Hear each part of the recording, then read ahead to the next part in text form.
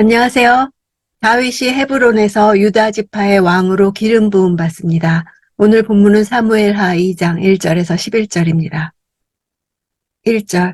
그 후에 다윗이 여호와께 여쭈었습니다. 제가 유다의 성읍으로 올라가도 되겠습니까?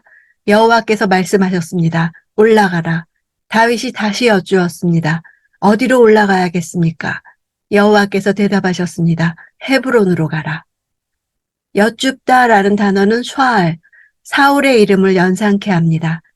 다윗이 여호와께 묻고 있는 행위는 묻지 않은 사울의 태도와 대조를 이룹니다. 다윗은 이미 유다 땅으로 들어가는 것이 좋다고 생각했으나 이를 강행하지 않고 먼저 하나님의 뜻을 물었습니다. 헤브론은 팔레스틴 남부 지역에서 가장 높은 곳에 위치하고 있었습니다. 그 성읍 자체도 견고해서 왕도로서도 가장 적합한 곳이었습니다. 이곳은 과거 아브라함과 이삭과 야곱이 머문 적이 있는 유서 깊은 곳입니다. 또한 도피성 중에 가장 큰 도시였습니다. 2절. 그리하여 다윗은 그곳으로 올라갔습니다. 두 아내 이스라엘 여인 아히노암과 갈멜 사람 나발의 아내였던 아비가일도 함께 갔습니다. 다윗의 아내들의 출신 지역을 밝히는 것은 그들이 유다 출신인 것을 밝히면서 그들의 지역적인 연고로 인해 헤브론 입성이 한결 수월할 것을 암시합니다. 다윗이 나발의 아내 아비가일을 취한 것은 정치적 이유가 있었을 것입니다. 나발은 3,000마리의 양과 1,000마리의 염소를 소유한 큰 부자였습니다. 솔로몬이 한 달에 한 번 전국 각지에서 받은 가축이 양 3,000마리였음을 고려하면 나발이 단순한 부자가 아님을 보여줍니다. 유다 지역에서 그 정도 부를 소유한 나발은 갈렙 지파의 수장이었을 가능성이 높습니다. 다윗은 아비가일과 결혼함으로 갈렙 지파의 영토인 헤브론을 다스릴 정통성을 얻으려 했던 것 같습니다. 갈렙 지파의 수장의 아내를 취한다는 것은 그 수장의 권력을 취하는 것과 같기 때문입니다. 4절. 그때 유다 사람들이 와서 거기서 다윗에게 기름 붓고 그를 유다의 집을 다스릴 왕으로 삼았습니다. 다윗은 사울을 장사 지낸 사람들이 길르앗 야베스 사람들이라는 말을 듣고는 거기서라는 부사는 다윗이 여호와가 지명한 그곳으로 올라갔고 바로 거기서 왕이 되었음을 강조하는 것입니다.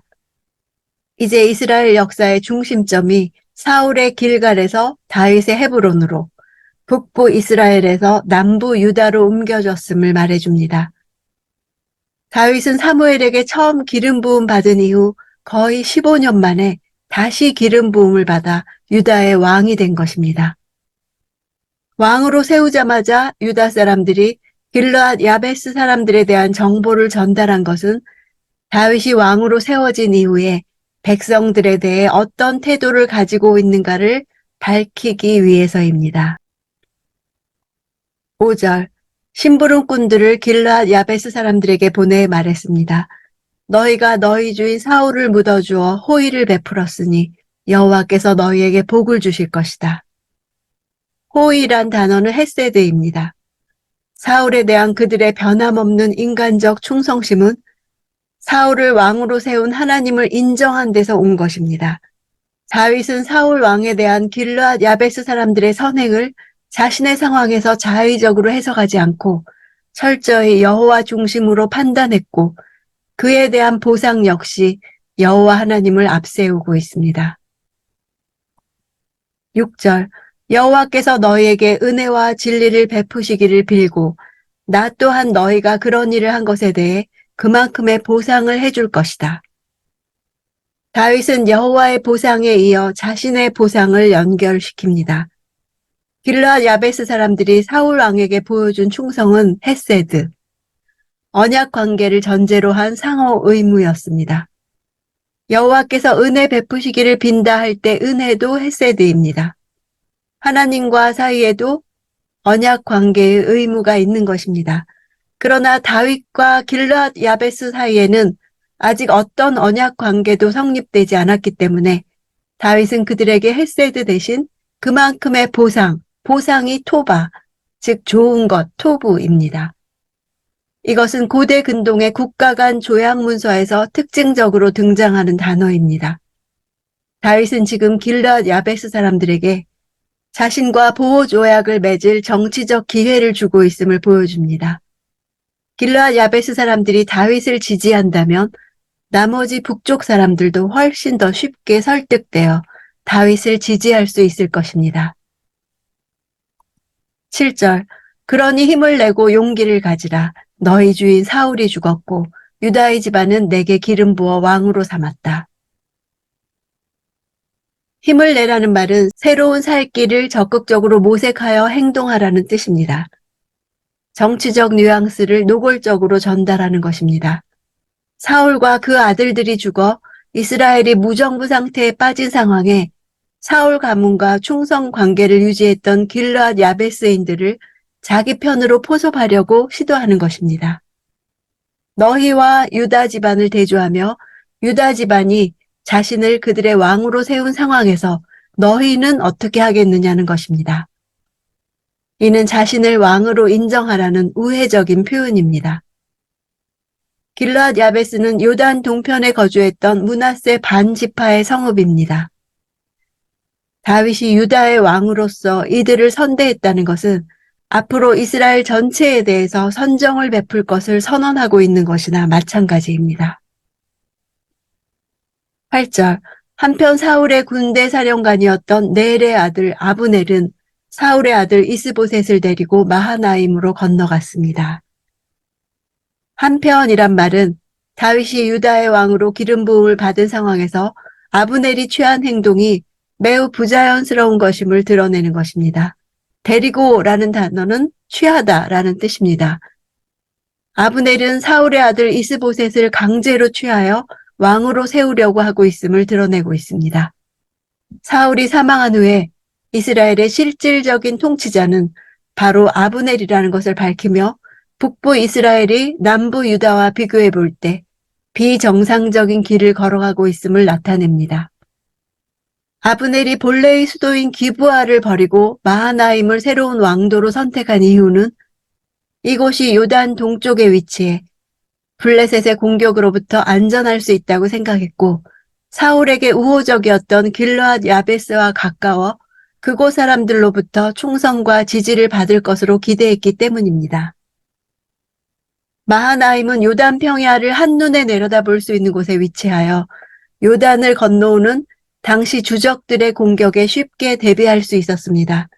또 주변에 철광산이 있어서 블레셋과 유다로 들어가는 철의 양을 통제할 수 있었습니다. 9절 그는 이스보셋을 길르앗과 아술과 이스르엘과 에브라임과 베냐민과 온 이스라엘을 다스릴 왕으로 삼았습니다. 이 지역들의 범위는 사실상 팔레스틴 남부의 유다를 제외한 이스라엘 전역에 해당합니다. 그러나 이 지역 중 많은 부분은 이스라엘의 패배와 사울 왕의 죽음으로 인해 이미 블레셋의 통제하에 들어갔습니다. 사울이 죽자마자 이스보셋 왕국이 세워진 것이 아닙니다. 이 지명들은 이스라엘 왕국이 이전의 영토를 수복해가는 일련의 과정들을 보여줍니다. 즉 5년 6개월에 걸친 사울 가문의 군사적 노력을 요약해서 보여주는 것입니다. 10절 사울의 아들 이스보셋은 40세의 왕이 돼 2년 동안 이스라엘을 다스렸습니다. 그러나 유다 집안은 다윗을 따랐습니다. 다윗이 헤브론의 왕이 된 시점과 이스보셋이 마하나임에서 왕이 된 시점은 동시적이지 않습니다. 사울이 죽자마자 이스보셋 왕국이 세워진 것이 아니라 이스보셋이 왕이 되기 전 5년이 넘는 상당 기간 동안 아브넬이 일종의 군정관 역할을 하며 길보아 전투 이후 블레셋에 넘어간 영토의 수복을 위해 노력한 것으로 보입니다. 그 노력의 결과 마하나임을 거점으로 이스보셋의 왕국이 탄생한 것입니다. 다윗은 하나님의 기름 부음을 받고 이스라엘의 왕이 되었지만 그 길은 험난하기만 했습니다.